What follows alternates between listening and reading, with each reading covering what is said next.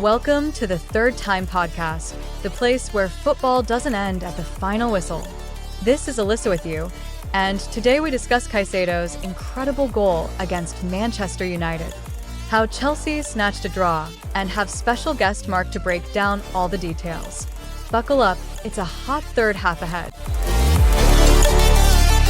All right, listeners, ready to jump into the Premier League. We've got an article here about the Manchester United-Chelsea match. And wow, this one had a little bit of everything. This was a really interesting one, especially with the context. Oh, yeah. How so? Well, Manchester United not doing so hot this season. Having their worst start since all the way back in 86-87. Wow.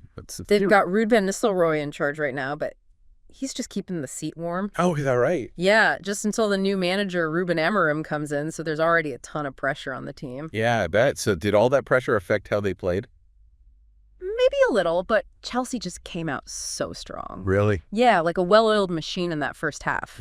Totally controlled the pace. Their midfield was amazing, so precise. Who stood out to you? Oh, Moises Caicedo, for sure. He was everywhere. I've heard his name a few times now. Was he really that good? Oh, yeah, right from the start, he almost scored. No way. What happened? Casemiro made a loose pass, and Caicedo just pounced. It was like he was just waiting for it. Almost snuck it past Onana. So that's how Chelsea were playing then? Just waiting for United to mess up? I think that was part of their plan, but they were also putting a lot of pressure on Casemiro. I see. So they knew he wasn't the fastest and used that against him. Exactly, forcing him to make those risky passes. Smart. And I'm guessing they had more chances than just that one with Caicedo. Oh, yeah. A bit later, Onana passed Casemiro into trouble again. Uh-oh. And Caicedo was there again to grab the ball and start an attack. He sounds like he was everywhere. But this time, someone made an amazing tackle at the last second to stop him. Oh, man. So close. Anything else? They also had a great chance from a corner kick. Right. Palmer sent it right to Medwake, who got free from his marker. Nice. But his header hit the post. I bet the Chelsea fans were going crazy. I bet. So Chelsea had tons of chances, but no goals. How frustrating is that? Yeah, it happens sometimes, but you could tell they were in control.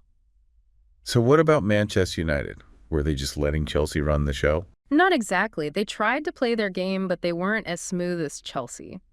Makes sense. They were really relying on counterattacks, hoping to use their speed on the wings with players like Garnacho and Rashford. So they were going for the classic smash and grab. Pretty much hoping to catch Chelsea out of position. Did it work? They had a few good moments where they broke through, but the final pass or shot just wasn't there. They couldn't quite finish the play. Sounds like both teams were struggling a bit to make something happen. Yep, lots of chances, but no goals.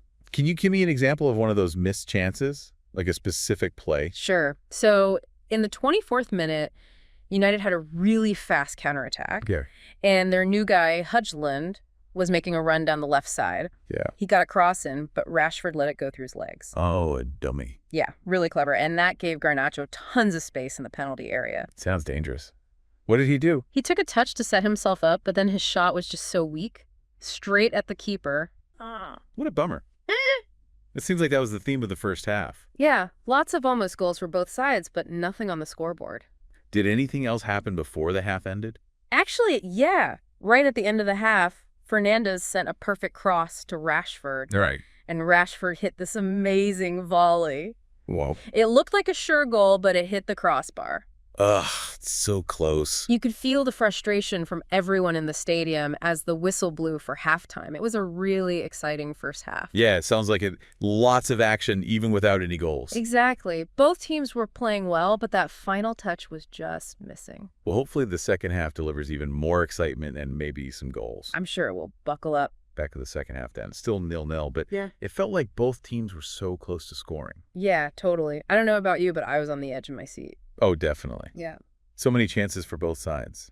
Did either manager switch things up for the second half? Not really. I mean, Chelsea kept doing their thing, controlling the game, passing the ball around, looking for openings. Okay, and what about United? Did they change their tactics? Maybe a little bit. It seemed like they were defending a bit deeper. Trying not to get caught out by Chelsea's speed. Yeah, I think they were a bit more cautious. Makes sense. Well, someone had to score eventually. Who broke the deadlock?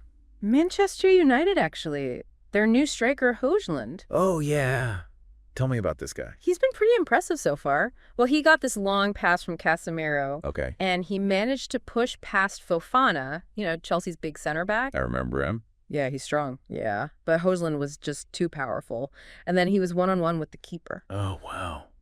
Must have been a tense moment. Totally. Sanchez, the Chelsea keeper, came rushing out to stop him. Yeah. But he ended up tripping Højlund. It was a clear penalty. A penalty. Wow. What a turn of events. Right. After all those missed chances in the first half, this was huge for United. Yeah, I bet. So who took it? Fernandes stepped up to the spot, and he just slotted it in perfectly. No problem. Wow. 1-0 United.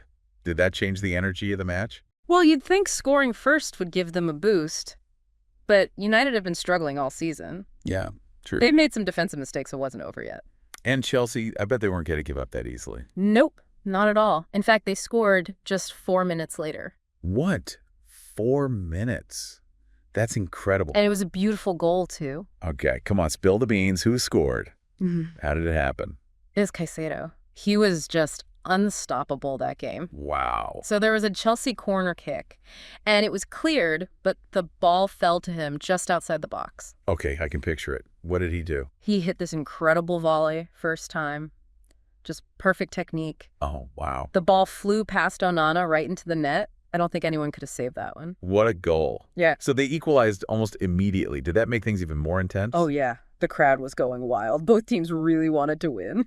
You could cut the tension with a knife, I bet. Did anyone almost score in the last few minutes? But there were chances for both sides. It was back and forth. Oh, They both made some substitutions, too. So that added to the excitement. they're going to shake things up a bit. Exactly. But the biggest moment was probably a missed chance from Fernandes in stoppage time. Wait, Fernandes, the same guy who scored the penalty? Yep, it was another counterattack for United, and the ball came to him in the box. Sounds familiar. This time he tried to volley it first time, but he completely missed. Oh, no. He must have been so frustrated. Yeah, that was their best chance to win it. So, in the end, it was a draw. A draw after all that excitement. What a match. Totally. One of the best I've seen this season. A draw then. Huh. It's funny how sometimes a draw feels like a win and sometimes it feels like a loss. Yeah, it all depends. I wonder how each team feels about this one. Well, Chelsea played so well for most of the match. Yeah, they really did. So I bet they're a bit disappointed to not get all 3 points. Yeah, I can see that. They're looking really strong this season. They are, for sure. What about Manchester United, though? I mean, this draw doesn't really help them much, does it? Not really. It shows they're still struggling. Yeah. Same problems as all season. Not consistent enough. I bet the new manager's got his work cut out for him, though. Oh, yeah, definitely. Yeah. It could be a tough job to turn things around. Well, we've talked a lot about the teams, but there was one player who really impressed me. Oh, yeah. Who are you thinking of? Caicedo. That volley for his goal was something else. It was amazing. Do you think this is just the beginning for him? Like, is he going to be a Premier League superstar? I think so. He was incredible all match. Yeah, Not just the goal, but his passing, his control. He was everywhere. totally. I'm definitely going to be watching him closely from now on. Me too. So as we wrap things up here, what's the main takeaway from this match? I think it shows where both teams are at right now. You know, Chelsea are on the up, Yeah. playing with confidence and a clear plan. And United, well, they're still trying to figure things out. Yeah, it's like a snapshot of their season so far. Exactly. Well, this has been a wild ride. It has. We had it all. Tactical battles, amazing goals, missed chances, and of course that incredible Caicedo goal. It had a bit of everything. But it also makes you think about what's next. You know, can United turn things around under the new manager?